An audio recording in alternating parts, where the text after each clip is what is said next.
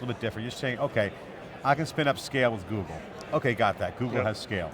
So I want to ask you a little bit different question though. What is going on with Google right now? Can you just share with the folks? There's a lot of misinformation. Some of it's under private beta, some is available. I know from some of my early reports that they're targeting a lot of high-end financial institutions before they open the kimono to the world. But they got some availability on some of their stuff. What's the story with them? Can you lay that out? Sure, so I mean I can share what is already public, but also I have some more direct information just because I work with them every day. And the confusion around the beta was really their launch at I/O where they said, hey, anyone in the world can come to Google Compute Engine and use it. Some people confuse that with them saying it was GA. I think their GA target is in the future. But one of the reasons we did what we did with regards to this performance test was to kind of prove out that what Google's been claiming, which is this is our infrastructure that we are now turning into a commercial product. And to be honest, you can't go from the launch date of I/O a year ago to today, and Google could, but it's hard to get to the level of scale that they want. But what do they have available? So is it available or not? Yeah, it's available for anyone who wants to use it. It's in technical preview still, so the GA date's going to be later this year. You got to apply basically, right? No, you can go sign up on their website right now and purchase Google Compute Engine directly from Google, or you can buy it from RightScale. All right, so you're reselling their cloud? Yes. Okay, great. So who would buy that?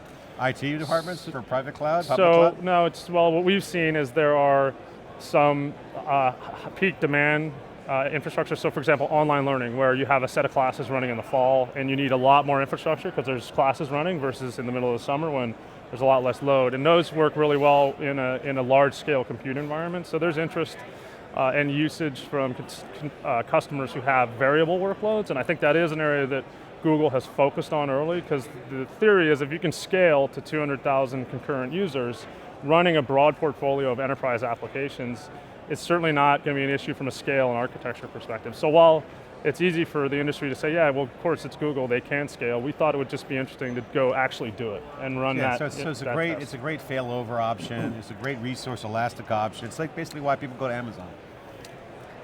Right? I mean, there's a lot of similar reasons behind that. I think our view is that Google has a platform out there with App Engine and with BigQuery and with Cloud SQL and with all these other services that are very compelling. I mean, App Engine does a lot of work, and now you can start mixing the entire cloud platform into composite architectures and apps. It's very much what Amazon's strategy has been: build more and more services, and that way you can enable more and more apps on your infrastructure.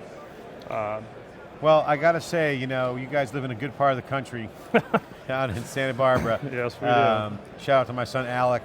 He's going to Santa Barbara. I'll be down there visiting, so I think you'll see a lot more of me down there. Yeah. Do a meetup down there, do a little Cube Technology Day. Awesome. Hit the golf course. In all seriousness, I've always been a big fan of RightScale. I think you guys have a good perspective. I think you've seen the evolution of the cloud up front row seat, and an actor and the participant in the business, so you guys bring a lot to the table. So my final question for you is, what's going on in the cloud business that people should know about? Vis-a-vis even just 12 months ago or even 3 years ago. What is the big thing that's happening right now, and what is the mega force, the mega trend that's lifting this market? Because cloud is now, based on our assessment and our data, more popular than big data. Right. Because cloud is the top level architecture.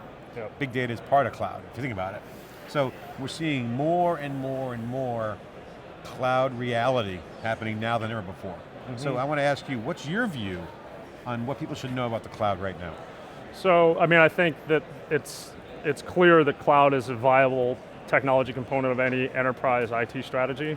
I think that the most important thing for companies who view cloud as a strategy, in other words, it's not just cheaper infrastructure, it's actually part of how you're going to enable your business. The key understanding there is that there is a suite of tools that you need to enable that, and that looking at all the options in the market is really important and critical.